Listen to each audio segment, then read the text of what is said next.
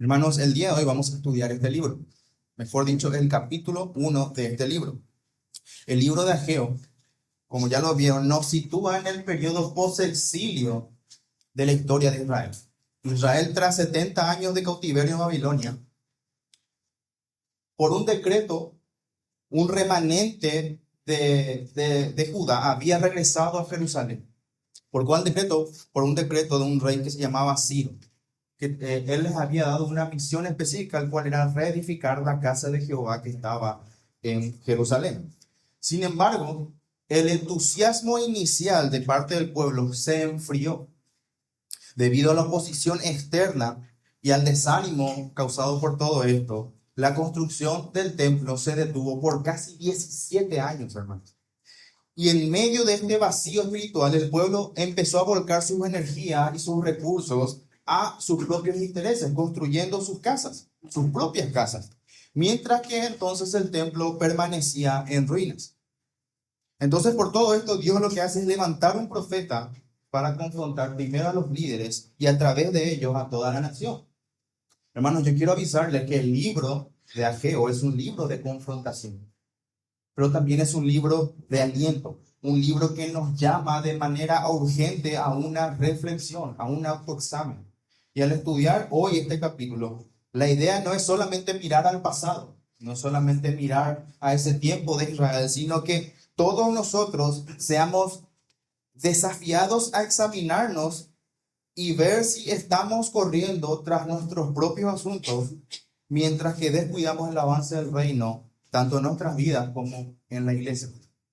Entonces, para esta mañana, yo he dividido todo el capítulo de Ageo en 4 ideas principales. La primera idea principal, que va desde el versículo 1 hasta el versículo 4, vamos a ver lo que sería la amonestación por parte de Jehová al pueblo. Y ahí también veremos qué excusa puso el pueblo. Desde los versículos 5 al versículo 7 encontramos lo que sería la segunda idea principal, que es el llamado a la reflexión. Luego, desde el versículo 8 al 11, veremos el llamado a la acción que hace el Señor al pueblo, para finalmente terminar los versículos 12 al 15 con el despertar del Espíritu. Entonces ya tienen cada segmento del capítulo, cada idea principal, y vamos a entrar a nuestra primera idea, que es la amonestación.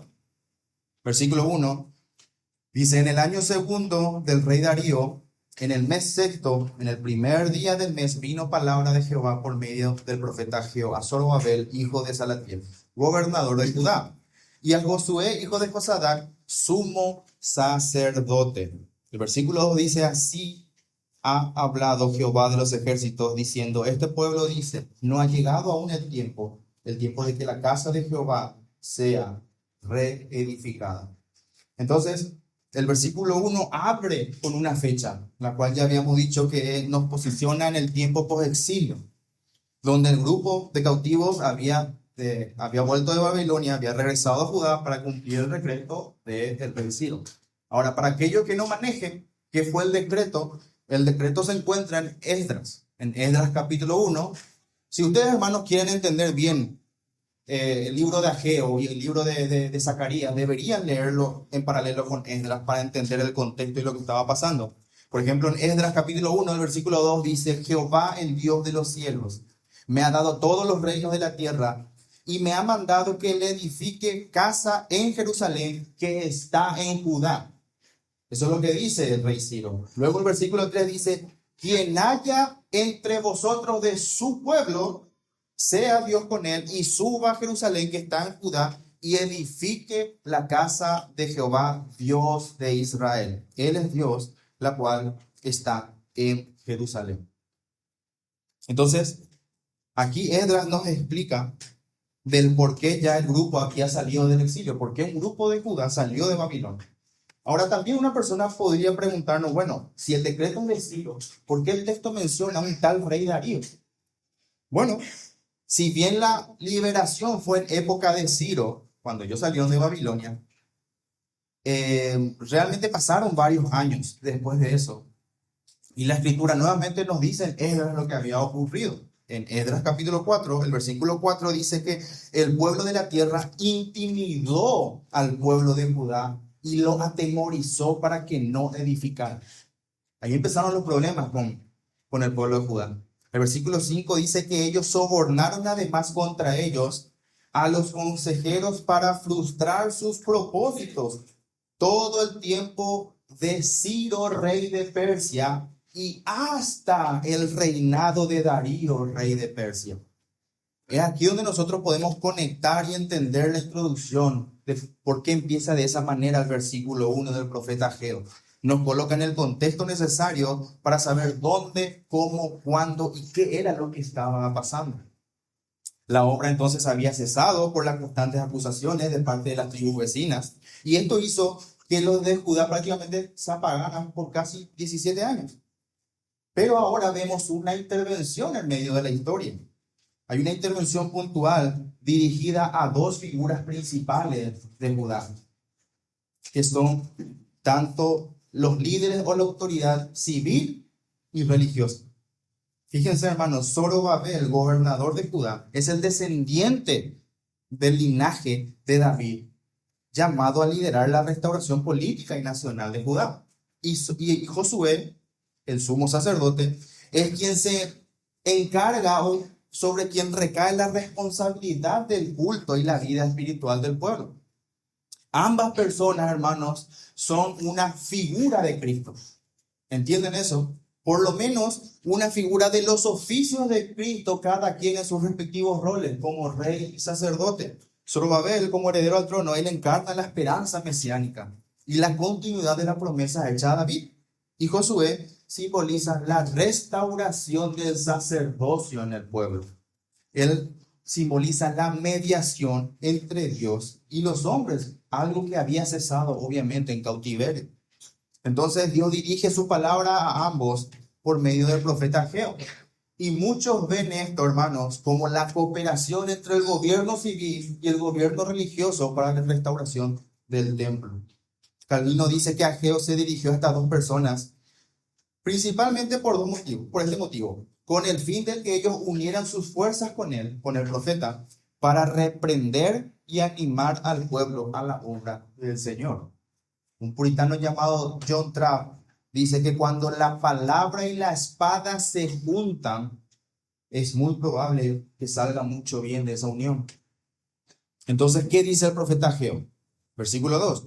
Así ha hablado Jehová de los ejércitos diciendo, este pueblo dice, fíjense hermanos, que el Señor había escuchado lo que murmuraban, lo que decía el pueblo como excusa. Este pueblo dice, no ha llegado aún el tiempo de que la casa de Jehová sea reedificada. Y eso me trajo a memoria el capítulo 3 de Eclesiastés, donde Salomón escribe lo siguiente. Él dice que en el versículo 1 dice, todo tiene su tiempo y todo lo que se requiere debajo del cielo tiene su hora. Pero el versículo 2 al 3 dice, tiempo de nacer y tiempo de morir, tiempo de plantar y tiempo de arrancar lo plantado, tiempo de matar y tiempo de curar, tiempo de destruir y tiempo de edificar. Ahora lo llamativo es que el pueblo aquí dice, no ha llegado aún el tiempo de que la casa de Jehová sea reedificada. Ahora el pueblo no dice que no va a hacerlo, hermano. Ellos no dicen que no van a hacer la obra. De hecho, ninguno se opondría a hacer la obra del Señor, ¿verdad? Para eso es que ellos fueron a Jerusalén. Pero ellos sí estaban dispuestos a posponer el trabajo por un tiempo indefinido, porque en sus vidas habían cosas más importantes. Entonces ellos decían, no ha llegado el tiempo. Hermanos, las personas por lo general no dicen que no se van a arrepentir. No dicen que nunca van a reformar sus vidas. Siempre está esa idea de ir al Señor en algún momento, ¿verdad? En algún momento yo voy al Señor. Pero en sus corazones dicen que no ha llegado el tiempo. Ellos piensan, yo voy a empezar a dejar de hacer esto. Yo voy a empezar a dejar de frecuentar ciertos lugares. Voy a empezar a dejar de juntarme con ciertas personas. Pero dicen en sus corazones, no ha llegado el tiempo. ¿Te pasó que alguna vez dijiste, yo voy a empezar a leer mi Biblia, voy a empezar a asistir a la oración, al estudio bíblico, pero después decir, bueno, pero no hay apuro, no llegó todavía el tiempo. Niños, para ustedes pueden decir, yo voy a dejar de dibujar en el culto, yo voy a dejar de hacer cosas de niños, por lo menos los más grandes. Pero también ustedes dicen, no ha llegado el tiempo. La pregunta entonces es, ¿cuándo será el tiempo? ¿Cuándo será el momento en que realmente nosotros busquemos a Dios?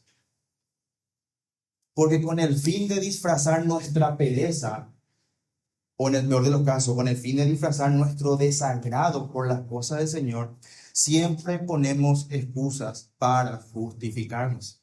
Siempre hay una buena razón para posponer lo espiritual, ya sea falta de dinero, ya sea mucho trabajo, mucho estudio, problemas de salud. Inclusive, hermanos, no importa lo que sea, no importa lo que puedas poner en esa lista. Aquí el asunto es que siempre algo es más importante que buscar al Señor.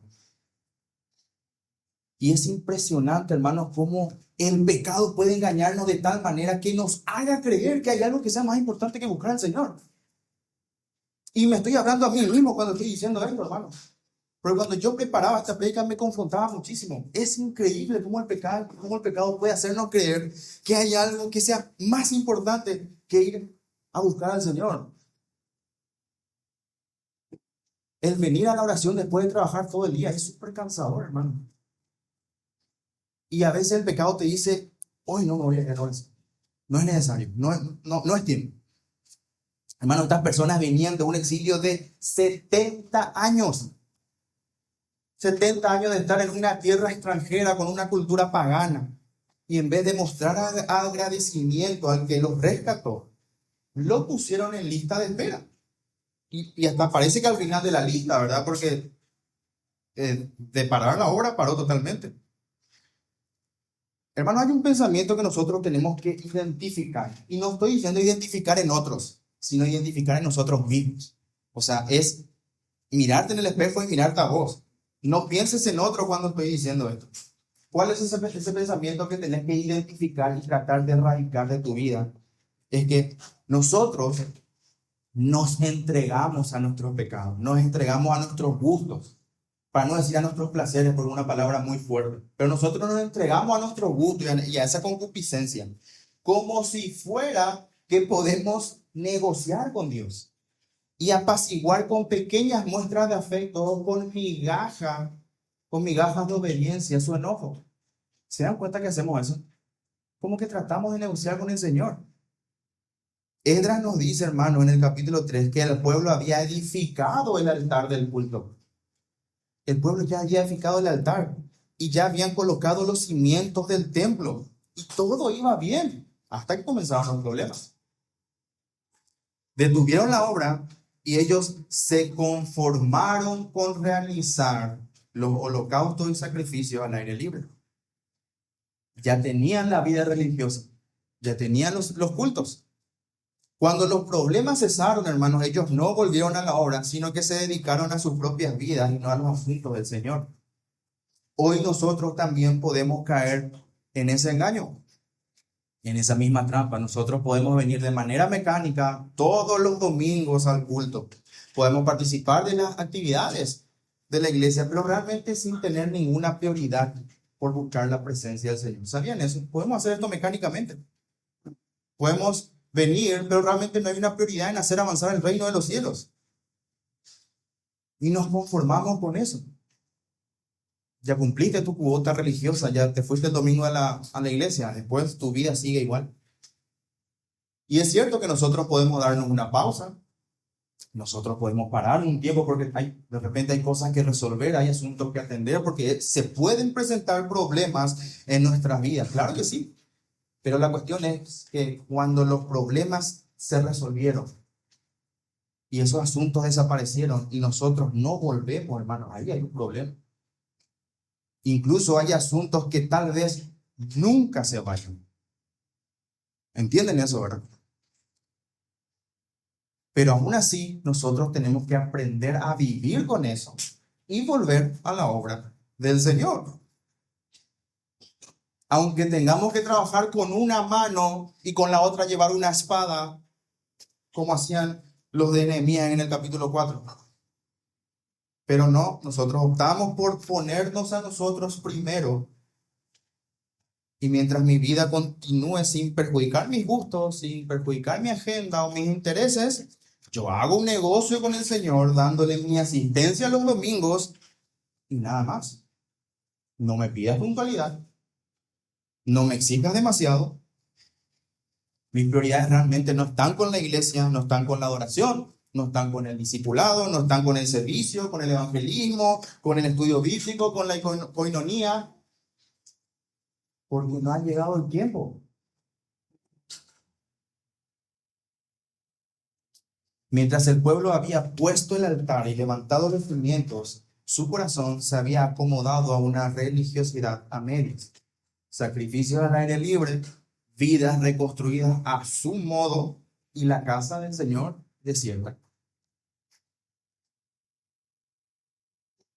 Entonces esa tensión, hermano, entre lo pendiente y lo que ya fue hecho, es lo que preparó el terreno para que la voz profética venga a sacudir las prioridades de esos corazones que se habían enfriado. El versículo 3 dice: entonces vino palabra de Jehová por medio del profeta Ageo, diciendo: es para vosotros tiempo para vosotros de habitar en vuestras casas artesonadas, y esta casa está desierta. Hermanos, observen acá en el versículo, observen el pecado.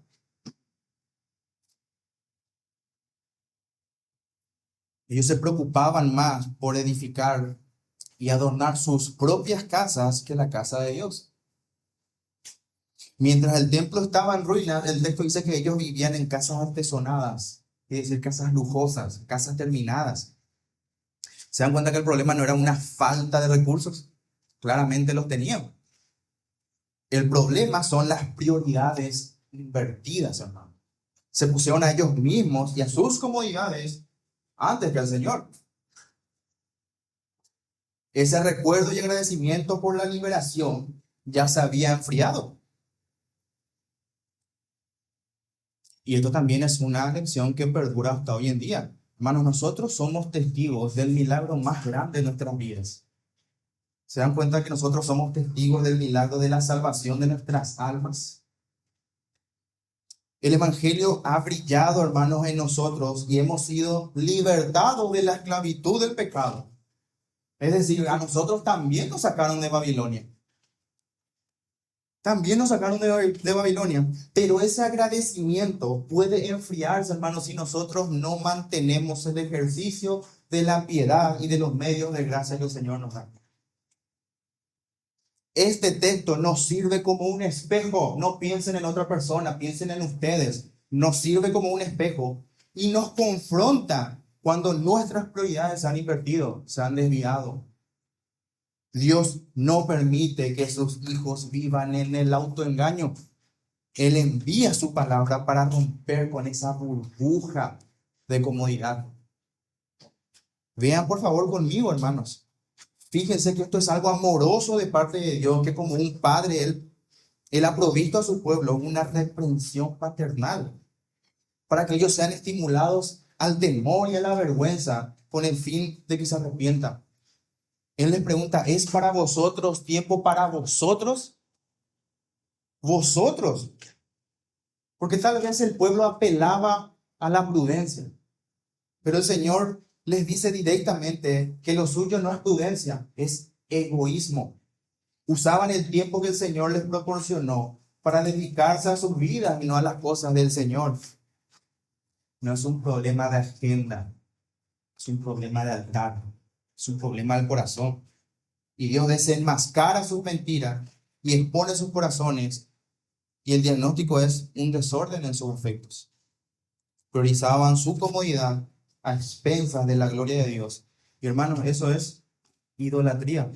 Simple y llana idolatría. Recuerden lo que aprendimos con el pastor Guido. El corazón es un trono que nunca está vacante. Siempre hay alguien sentado allí gobernando tu vida. Nunca está vacante ese trono llamado corazón. Hermanos, el problema empieza cuando cambiamos al Creador por las cosas creadas. Y eso es lo que nosotros vemos aquí. Hermanos, yo quiero que entiendan bien algo. Cuando nosotros, cuando el texto aquí se refiere a la casa o al templo de Dios, no se trata de que el Creador Jehová de los ejércitos esté molesto porque no le construyeron un edificio. No se trata de que al Señor Dios Todopoderoso le molesta no tener un monumento. No se trata de eso. Lo que está en juego aquí es lo que significa ese lugar. Hermanos, el templo, al igual que el tabernáculo en el desierto, en esos momentos, representaba la presencia real y especial de Dios en medio de su pueblo. Ese lugar santísimo significaba que Dios de alguna manera, hermanos, recreaba esa relación que el hombre tenía con Dios en el huerto del Edén. Era un recordatorio permanente de lo que el hombre había perdido en el inicio. Y el hombre no podía entrar. Por eso necesitaba un mediador, un sacerdote. Pero al dejar la casa desierta, lo que esta generación estaba comunicando era que la presencia de Dios no era necesaria en sus vidas, que ellos podían vivir sin la presencia de Dios en sus vidas. Hermanos, pregunta, ¿ustedes pueden vivir sus vidas sin la presencia de Dios? Porque déjame decirte que si tu casa, y cuando digo tu casa, entiendan tu carrera, tu imagen, tu negocio, no importa cuál, tu vida en cualquiera de sus formas y esferas, si tu vida, si tu casa brilla, pero tu relación con el Señor está en ruinas, déjame decirte, hermano, hermana, que tus prioridades están invertidas. Cuando decimos no tengo tiempo para ir a la oración, muchas veces lo que estamos haciendo es camuflando nuestra falta de interés. Y hermanos, y la prueba está en que sí tenemos tiempo para otras cosas en ese mismo horario. Y lo peor de todo es que vos publicás tus actividades en tus redes sociales y toda la iglesia se entera. Y es imposible que no me venga a la memoria recuerdos en una iglesia anterior en la cual yo estaba, en la que nosotros íbamos a la oración y los hermanos no iban, pero sí iban al fútbol.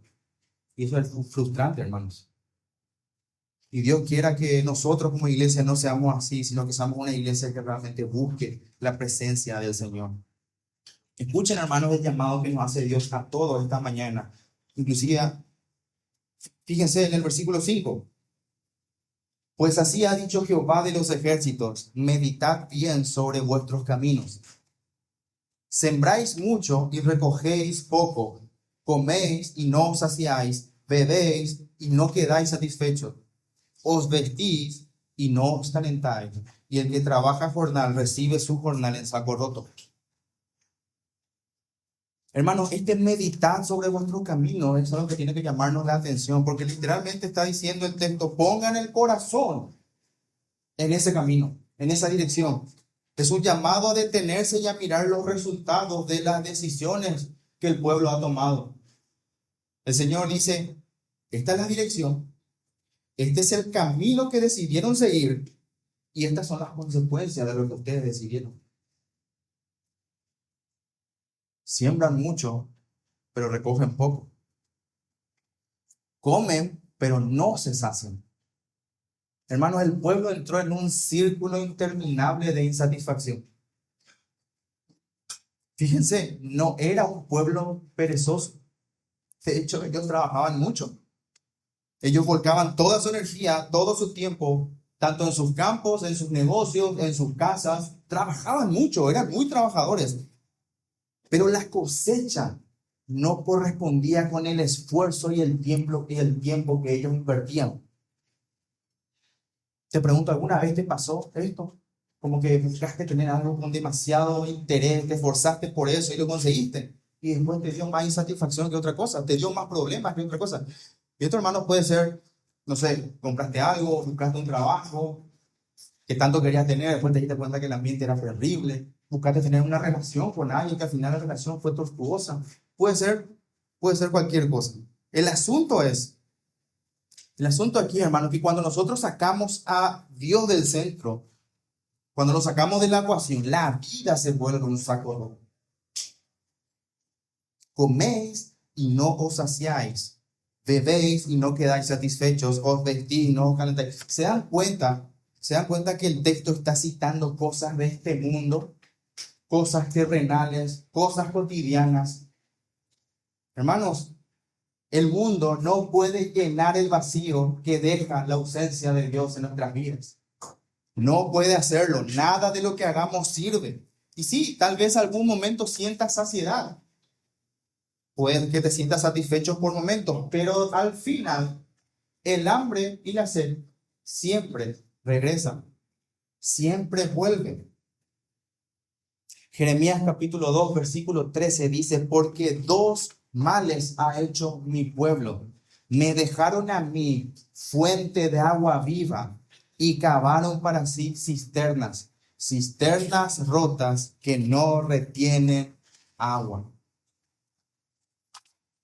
Nuestros esfuerzos al final restan en vez de sumarnos esa satisfacción y ese bienestar. Y lo irónico de todo esto es que cuando nos suceden estas cosas, nosotros invertimos todo nuestro tiempo y todo nuestro esfuerzo intentando aliviar esta insatisfacción que nace precisamente de haber dejado a Dios de lado. Es increíble. Increíble lo que este pueblo estaba pasando. Ellos ya no estaban exiliados, eran prácticamente libres, estaban en su tierra amada, hermano, en la tierra prometida, en la tierra donde fluye leche y miel. Pero sin embargo la vida era un sinsabor. ¿Y saben cuál es lo peor de todo, hermanos? Que la verdadera crisis del pueblo no era la escasez, era la abundancia de excusas. Era el exceso de buscar esa comodidad propia y no las cosas del Señor. Matthew Henry dice, cuando Dios cruza nuestros asuntos personales y nos encontramos con problemas y desilusión, descubriremos que la causa es que el trabajo que tenemos que hacer para Dios y nuestras propias almas se dejan sin hacer.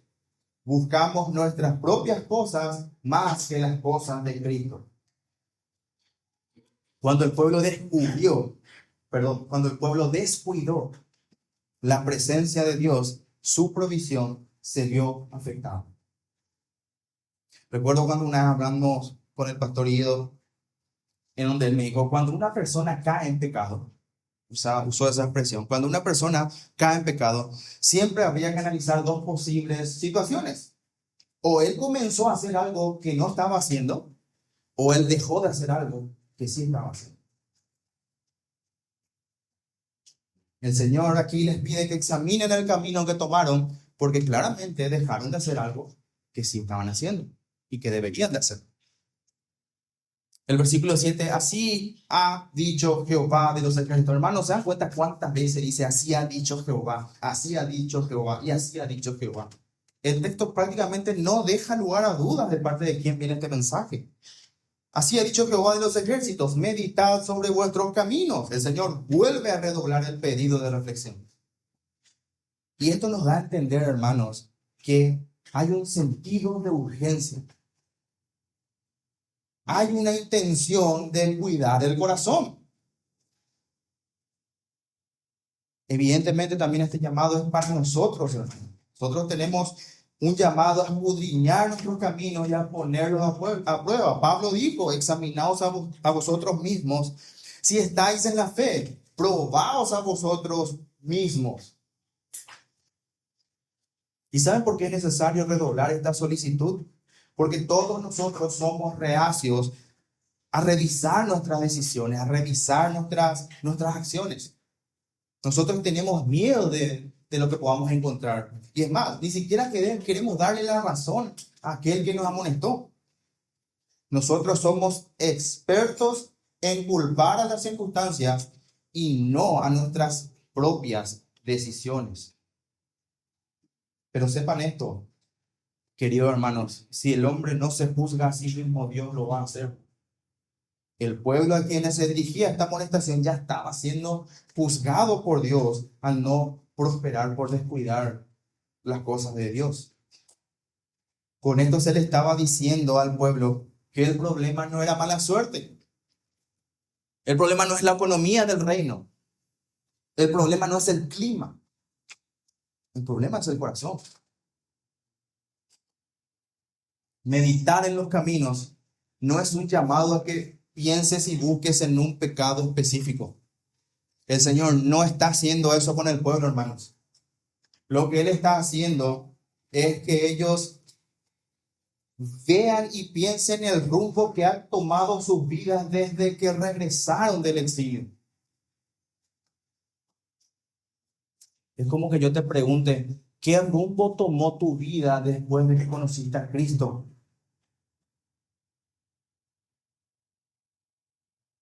¿A dónde te ha llevado esas decisiones que tomaste después de que conociste el Evangelio? Washer decía, dime en qué ocupas tu mente y te diré quién es tu Dios. Tremenda frase. Hermano, después de la amonestación y la reflexión que el profeta dio al pueblo, viene ese llamado a la acción. El Señor no se queda solamente reprendiendo, sino que Él hace un llamado a la acción. Y el versículo 8 dice, subid al monte y traed madera y reedificad la casa. Miren, hermanos, cómo Dios pide cosas específicas. Subid, traed madera y reedificad. Subid, traed y reedificad. Obediencia, hermanos. Él exige obediencia. No solamente que tengas la intención de hacerlo, sino que lo hagas. Y claramente nosotros hoy no nos encontramos levantando un edificio, hermanos, pero sí estamos levantando una iglesia. Somos una iglesia naciente. Y si se ha descuidado algún deber, no hay razón para seguir en lo mismo hoy. Sea lo que sea que Dios nos mande, nosotros deberíamos hacerlo. Yo pregunto, ¿qué pide Dios de nosotros? Primero que nada, si hay aquí algún no creyente, ¿sabes qué pide Dios de vos? Que te arrepientas y creas en el Evangelio. Que vuelvas tu corazón a Cristo y vas a ser salvo hoy mismo. El Señor demanda eso de vos. Segundo, si ya sos creyente, el Señor pide que asistas y participes activamente en la vida de la iglesia y en las ordenanzas. Hoy tenemos Santa Cena. Todos los miembros deberíamos estar aquí hoy. Pide que te comprometas con la obra, que ofrendes generosamente tu tiempo, tus recursos, tus capacidades, tus dones, todo tu ser, cuerpo, mente, alma, todo. Que leas tu Biblia con diligencia, que seas discipulado por medio de la predicación, de la oración, del estudio bíblico, del compañerismo. Que tengas un testimonio coherente, que vivas con integridad. Que cuides de los pobres, de los vulnerables, de los desvalidos, de los oprimidos. Y para aquellos que se han alejado del Señor y han pospuesto su regreso a Dios, el Señor les pide de todo corazón que vuelvan, mientras todavía haya tiempo. Y repito, porque aunque no estemos construyendo un edificio, nosotros estamos haciendo avanzar el reino de Cristo y estamos forjando una vida espiritual en comunión con Él. Estamos construyendo algo. Hermanos, el versículo termina diciendo, y pondré en ella mi voluntad y seré glorificado. ¿Se dan cuenta que el objetivo final no es el edificio? Es la gloria de Dios. Es su gloria manifestada en medio de su pueblo. Y eso es algo que nos incumbe a nosotros como creyentes. En realidad no, me voy a corregir. Es algo que incumbe a todo ser humano del planeta. Hermanos, ¿cuál es el fin principal del hombre? No dice el fin principal del creyente. ¿Cuál es el fin principal del hombre? Glorificar a Dios y gozar de Él para siempre. Hermanos, nosotros hoy no subimos a un monte a traer madera, pero hacemos algo igual de difícil, tan difícil como subir una montaña, que es negar nuestros propios deseos egoístas. Tal vez no traemos madera, pero podemos traer nuestros dones al servicio de la iglesia. Nos reedificamos un edificio, pero nos edificamos a nosotros mismos como piedras vivas. Hermanos, busquen conmigo, por favor, Primera de Pedro, capítulo 2, versículo 5. Busquen conmigo y pueden subrayar en ese texto.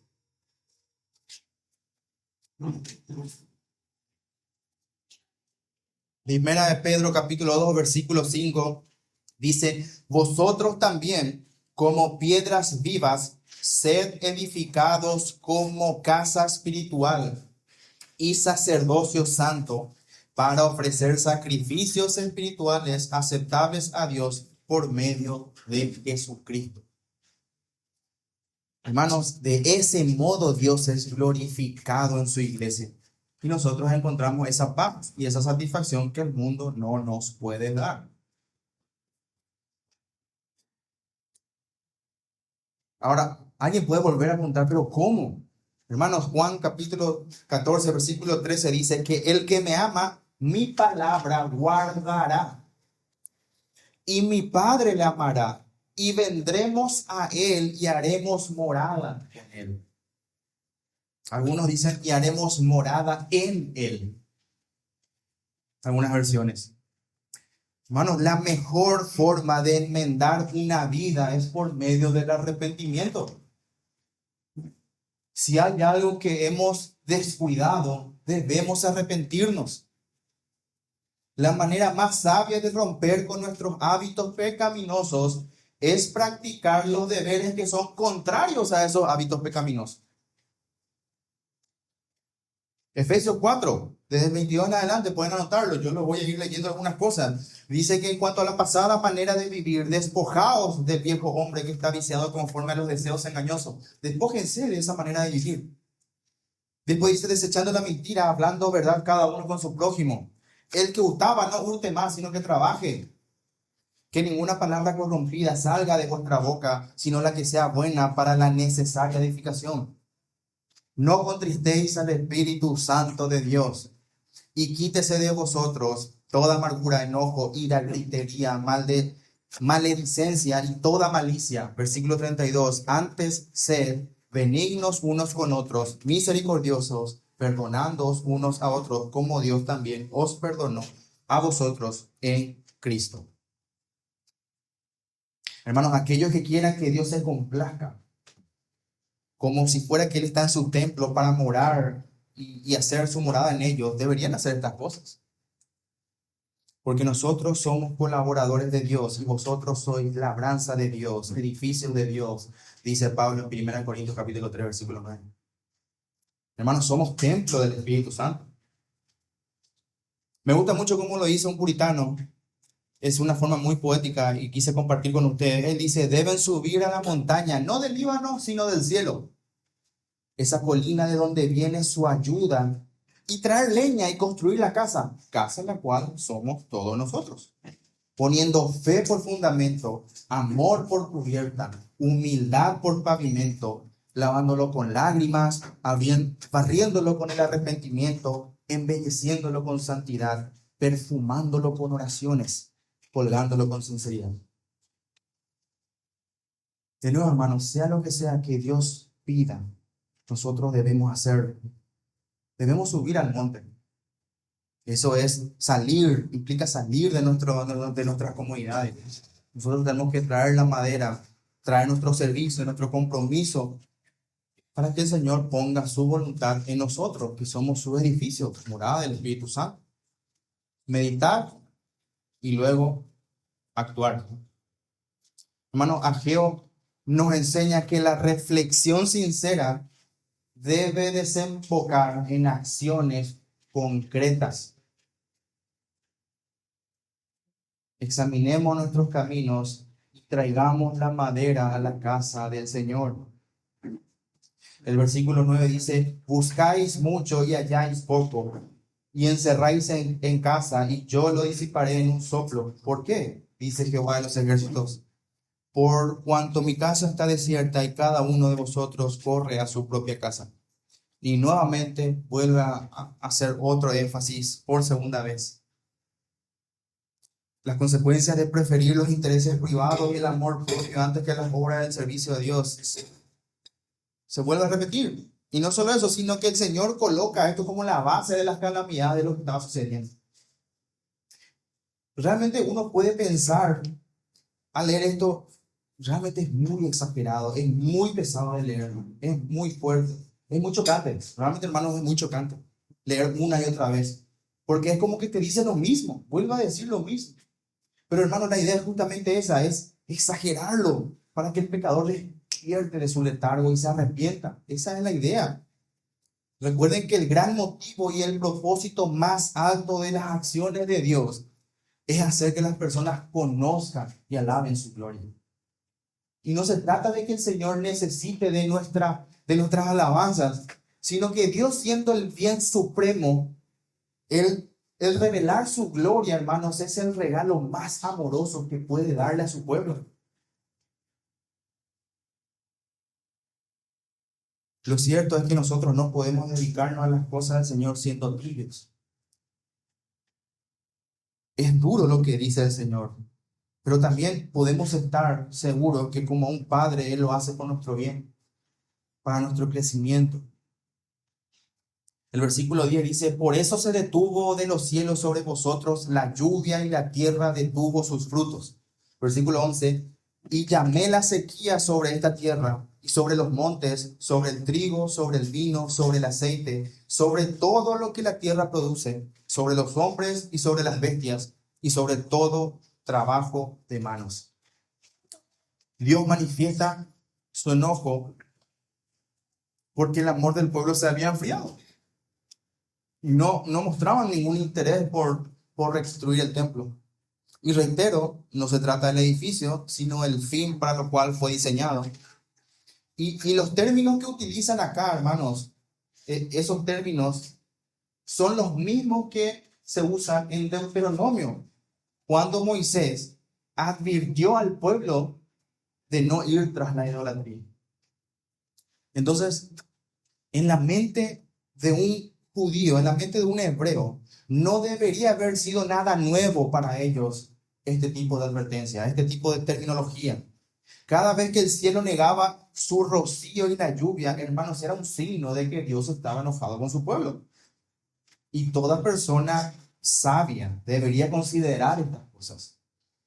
Hermanos, Dios prueba los hechos, Dios prueba con hechos lo que ha testificado en su palabra.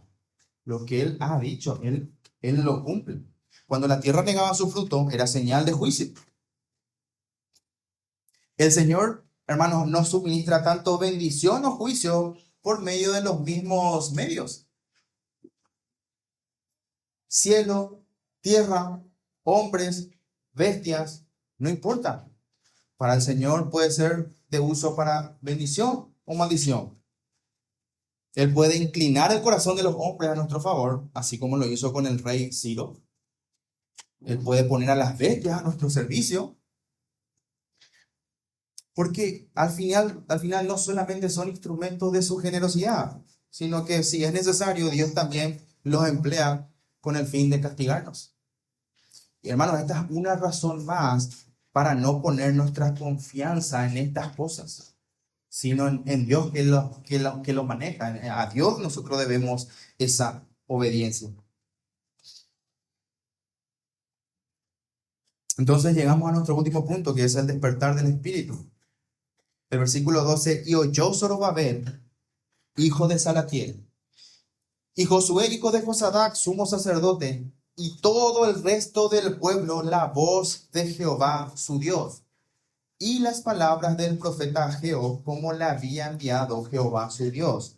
Y temió el pueblo delante de Jehová. Hermanos, el mensaje del profeta no fue infructuoso. Aquí vemos que tanto los líderes como el pueblo, dice el texto, que oyó. Primero oyeron Zorobabel y Josué. Y hermanos, este orden no es una simple formalidad por parte del autor. Recuerden que en el versículo 1 se nos dice que la palabra vino a estos dos hombres.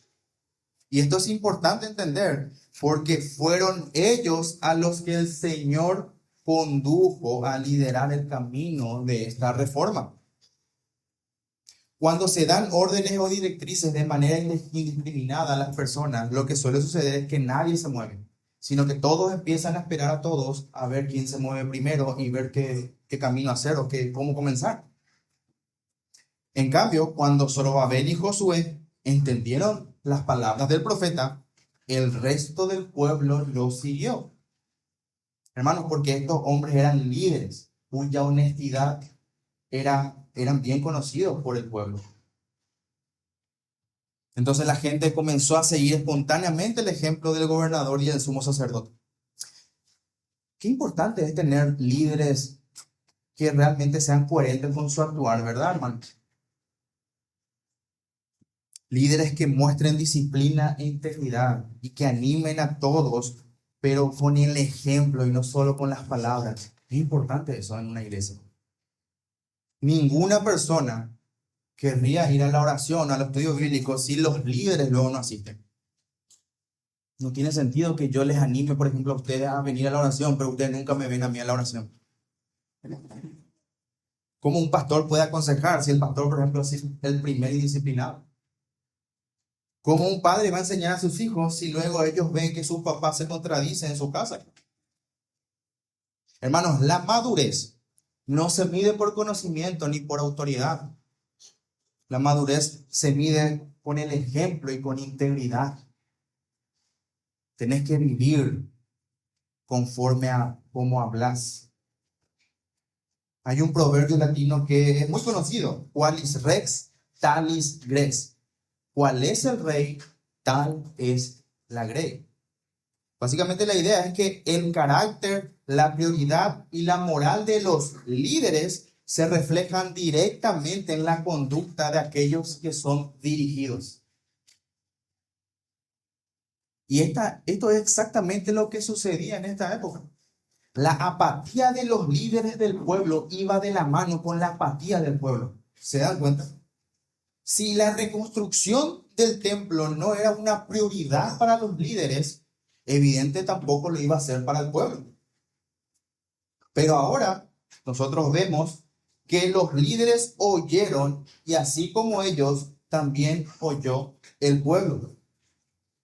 Dice que oyeron la voz de Jehová su Dios y las palabras del profeta Ageo, como le había enviado Jehová su Dios. Hermanos, fíjense una cosa. Las palabras del profeta son tenidas como voz de Jehová. ¿Se dieron cuenta de eso? Dice que oyeron la voz de Jehová. Iglesia, atiendan bien una cosa. El predicador tiene la obligación de estudiar. Tiene la obligación de prepararse, de poner todo su corazón para entregar el mensaje tal como le había enviado Jehová. Es así, ¿verdad? El predicador tiene la responsabilidad de predicar bien. Pero ojo, ustedes, la congregación, tienen la responsabilidad de escuchar bien. Ustedes tienen la responsabilidad de escuchar con ánimo pronto, como si el mismo Jehová les estuviera hablando.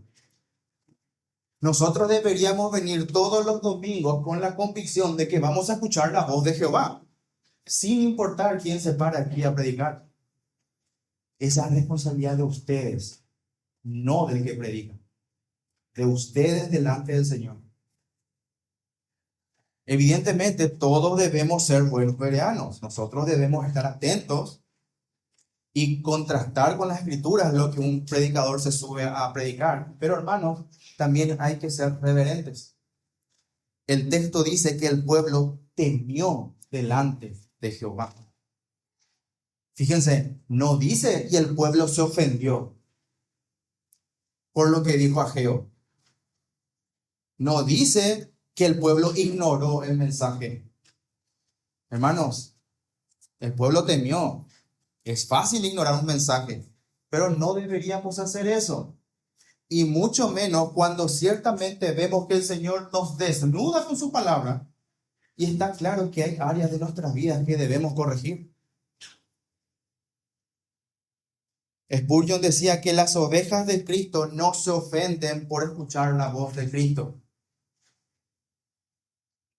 Si por ahí te estás ofendiendo por lo que estoy diciendo, yo ya abro mi paraguas aquí y digo, las ovejas de Cristo no se ofenden por escuchar la voz de Cristo. Al contrario, la Biblia, ¿saben qué dice la Biblia, hermanos? La Biblia dice que mis ovejas oyen mi voz, yo las conozco y ellas me siguen. No se enojan. Ellos escuchan porque el temor al Señor es una expresión de fe. Cuando el pueblo fue consciente de la presencia de Dios por medio del mensaje de Ageo, ellos tuvieron temor y se propusieron a obedecer el mensaje. Temer al Señor, hermanos, es ser conscientes de que Él está presente. Ser intencionales, considerarlo en cada área de nuestras vidas. Hermanos, la presencia de Dios no es un concepto teológico. Es alguien real, presente, con quien podemos tener comunión. No seamos religiosos. Tenemos que vivir esto. El versículo 13 dice que entonces Ageo, enviado de Jehová, habló por mandato de Jehová, nuevamente, habló por mandato de Jehová al pueblo diciendo, yo estoy con vosotros, dice Jehová. Y ese yo estoy con vosotros, hermanos, es la mejor garantía que un pueblo o una iglesia pueda tener. Yo estoy con vosotros. Porque hay algo que también hay que tener en cuenta. Aunque nosotros podamos entender el mensaje y que podamos entender las cosas que tenemos que hacer. Yo entiendo lo que tengo que cambiar de mi vida. Lo sé, Señor. Escucho lo que me está diciendo. Pero muchas veces me falta ese algo para moverme. Me falta ese valor. Me falta ese ánimo. Señor, yo sé que tengo que dejar este vicio. Pero me falta algo. Y eso es lo que el Señor está haciendo aquí. Él anima y arenga a su pueblo. Porque al fin y al cabo fue un pueblo que ha sufrido, hermanos, un pueblo que ha sufrido el maltrato de sus vecinos hasta el punto de apagar sus ánimos de realizar la obra del Señor. Sería inútil que Dios nos ordene realizar cualquier obra si no tenemos su presencia y su favor con nosotros. Seríamos como Israel en el desierto, que está obligado a hacer los ladrillos para Faraón, pero no tenían la paja para entregar el trabajo. Sería exactamente igual. Sería inútil. Pero Jehová dice al pueblo, yo estoy con vosotros. Hermano, hay un paralelo aquí con Jesucristo. Cuando Jesús envió a sus apóstoles a predicar a todo el mundo, ¿qué Él les dice? Él hace lo mismo, hermano. Él le da ese ánimo y les da esa garantía. En Mateo 28, en el versículo 19, dice, por tanto, id y haced discípulos a todas las naciones, bautizándolos en el nombre del Padre, del Hijo y del Espíritu Santo, enseñándoles que guarden todas las cosas que os he mandado. Y he aquí, yo estoy con vosotros. ¿Hasta mañana? No, hasta el fin del mundo. Amén. Vayan, levanten mi iglesia, expandan mi reino, enseñen mi ley. Yo estoy con ustedes. Yo estoy con ustedes. Y esta es una promesa que sigue vigente. Sigue vigente para la iglesia. Yo estoy con vosotros. Ojalá, hermano, y estas palabras nos enciendan como encendieron el pueblo en ese momento. Porque el versículo 14 dice que y despertó Jehová el espíritu de Zorobabel, hijo de Salatiel, gobernador de Judá, y el espíritu de Josué, hijo de Josadac, sumo sacerdote, y el espíritu de todo el pueblo. Y vinieron y trabajaron en la casa de Jehová de los ejércitos, su Dios.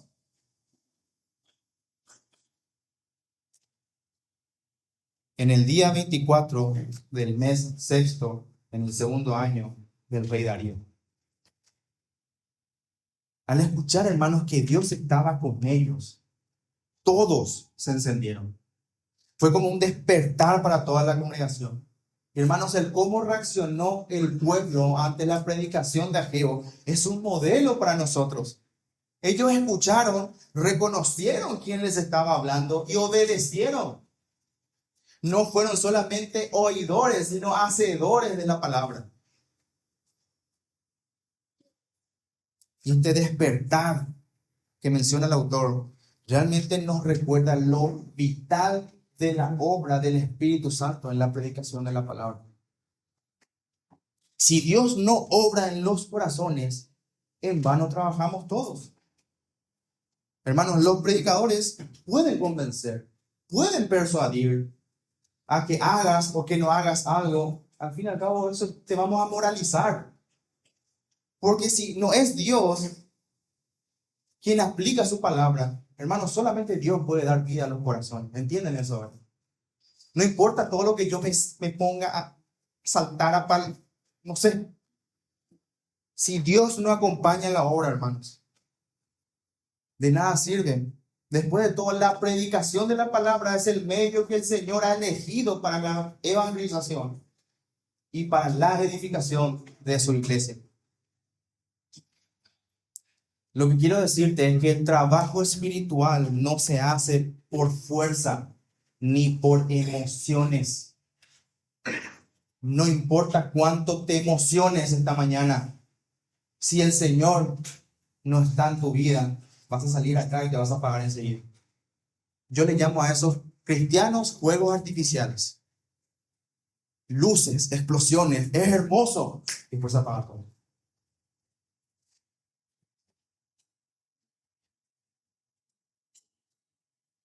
Hermanos, si no es porque Dios ha despertado el espíritu, no sirve de nada. La predicación de Ageo produjo frutos, pero porque el Señor tocó los corazones de las personas. No es el entusiasmo de la gente lo que va a llevar adelante el trabajo, sino Dios mismo. Y ¿saben qué? Esto fue un consuelo para mí cuando estaba leyendo esto. Porque no depende de mis fuerzas o de mi elocuencia, no depende de lo que yo esté haciendo aquí arriba hoy en día. Esto me permite a mí entregar el mensaje y reposar en el Señor, porque Él es el que gana los corazones. No hay por qué apelar al carisma de nadie. Todos nosotros debemos esforzarnos para predicar el Evangelio. Todos nosotros. Al fin y al cabo, es Dios el que produce en nosotros el querer como el hacer por su buena voluntad. Y nunca debemos olvidar que el que trae a las personas es el Señor, porque ninguno puede venir a mí si el Padre que me envió no le traje. Entonces, esto significa, hermanos, que no hay excusa para no salir y predicar. No depende de nosotros. Entonces, ¿qué tenemos que hacer? Obedecer. Simple y llanamente, entregarnos al Señor, obedecer y le decimos, Señor, en tu nombre salimos y predicamos. Fíjense, hermanos, que el mensaje dice que Jehová despertó el espíritu de Zorobabel para que él se haga cargo de la administración y la logística. Despertó el espíritu de Josué para que él se ocupe de la santidad y la intercesión. Despertó el espíritu del pueblo para que la mano de obra se ponga a trabajar, para que todo se ponga en marcha. No dice que solamente despertó a los líderes para que ellos empujen y animen al pueblo. No dice que solamente despertó al pueblo para que ellos después se rebelen contra unos líderes apáticos que no se mueven. El texto dice que despertó a todos. Hubo unidad, hubo un mismo propósito, un mismo espíritu, un mismo sentir, un cuerpo, hermanos. ¿Y cuál es la evidencia? El texto no dice que vinieron y discutieron el asunto. No dice que vinieron y festejaron. El texto dice vinieron y trabajaron en la casa de Jehová de los ejércitos, su Dios. Eso dice el texto. Un verdadero despertar No termina en un mero emocionalismo, no termina con lágrimas, no termina con música, alabanza, griterío. Termina en sudor, hermanos, trabajando por la obra y por la gloria del Señor. Eso es un avivamiento. Esto es un despertar. Y fíjense, miren cómo termina el capítulo. Empezó dando un tiempo y termina dando un tiempo. Dice que el primer día del mes había venido Ageo con su mensaje. Pero 23 días después, todo el pueblo se puso manos a la obra. Y yo no sé si eso es mucho o poco tiempo. Lo único que yo sé es que después de casi 17 años de que esa obra estuviera parada, ahora todo el pueblo de buena gana se pusieron a trabajar para su Dios. Y se deja constancia con fecha sobre eso. Hermanos, y meditando en esta parte, realmente anotar los tiempos cuando algo comienza con ayuda del Señor o cuando algo continúa perfeccionándose con el tiempo, puede sernos útil. Puede sernos útil para el día de mañana, tanto para la vida de la iglesia o para tu vida misma. Puede ayudarnos a aumentar nuestra fe y para aumentar nuestros afectos. Inclusive darnos ese sentido de pertenencia. ¿A quién, por ejemplo, no les anima a ver fotos de antes? ¿Verdad? ¿A quién no le anima a encontrar, por ejemplo, una oración fechada en un cuaderno y ver que eso por lo que oraste alguna vez hoy en día es una realidad? ¿A quién no le animan esas cosas? Hermanos, fíjense esto, yo estuve anotando, el 21 de septiembre del 2025 se forma la membresía y oficialmente nace la Iglesia Bautista Reformada Camino de Gracia. El 21 de diciembre del 2025 se aprueba la política eclesiástica de la iglesia. El 15 de febrero se hace la ordenación del primer oficial y pastor de la iglesia. El 7 de marzo hubo la primera jornada recreativa de la iglesia en la Quinta Adonai. El 7 de abril hubo el primer taller organizado por la iglesia con un pastor extranjero. El 24 de abril inició el primer curso de membresía, es decir, ayer. El 28 de abril, perdón, el viernes fue el 24. El 26 de abril se celebra la primera Santa Cena de la iglesia. Hermanos, díganme si no les genera un hermoso sentimiento de agradecimiento esta pequeña bitácora. Hermanos, no importa si tuvimos tropiezos por el camino, si fue perfecto o no fue perfecto. Lo que importa es que nosotros estamos aquí hoy y debemos ser agradecidos. Hay un salmo que a mí me anima mucho porque recuerdo que fue escrito por Asaf. Es un salmo que él escribió justamente en tiempos de exilio de Babilonia, cuando él se sentía terriblemente angustiado y alejado de Dios estando en Babilonia. Y es el Salmo 77, en el versículo 10 al 13, donde él dice, enfermedad mía es esta, porque él se quejaba, hermano. Él se quejaba y se quejaba. Pero de repente cambia de la queja recordando las maravillas del Señor. Él dice, enfermedad mía es esta, traeré pues a la memoria los años de la diestra del Altísimo. Me acordaré de las obras de Jehová. Sí, haré yo memoria de tus maravillas antiguas. Meditaré en todas tus obras y hablaré de tus hechos. Oh Dios, santo es tu camino, qué Dios grande como nuestro Dios. Hermanos, nosotros tenemos que meditar en todo lo que el Señor ha hecho por nosotros. Y nosotros tenemos que animar hacia nuestro espíritu con la palabra del Señor. No importa si el día de mañana somos muchos, somos pocos. Hermanos, lo que importa es que nosotros tenemos que ser una iglesia fiel, que obedece. Eso es lo que importa. Entonces, para ir concluyendo, nosotros hemos visto entonces que, hermanos, este capítulo no es solamente un registro histórico, es un espejo para nuestra propia piedad. Así como el pueblo de Judá falló, y no por falta de recursos ni tiempos, sino que porque sus deseos, sus prioridades fueron desordenadas, nosotros también podemos caer en la trampa de intentar llenar sacos rotos en nuestras vidas. Nosotros también podemos olvidar que la verdadera satisfacción solo se encuentra cuando Dios ocupa el primer lugar en nuestras vidas. Sin embargo, por más de que este capítulo fue duro, no termina en juicio, hermanos, sino en esperanza y en acción. Dios en su gracia soberana no solo nos confronta con nuestra negligencia, sino que también nos despierta y nos anima a que podamos servir. La promesa "yo estoy con vosotros" es la garantía de que nosotros no trabajamos solos ni con nuestras propias fuerzas. Hoy como iglesia no estamos levantando paredes de piedra, pero estamos siendo edificados como piedras vivas para la gloria de aquel que nos rescató.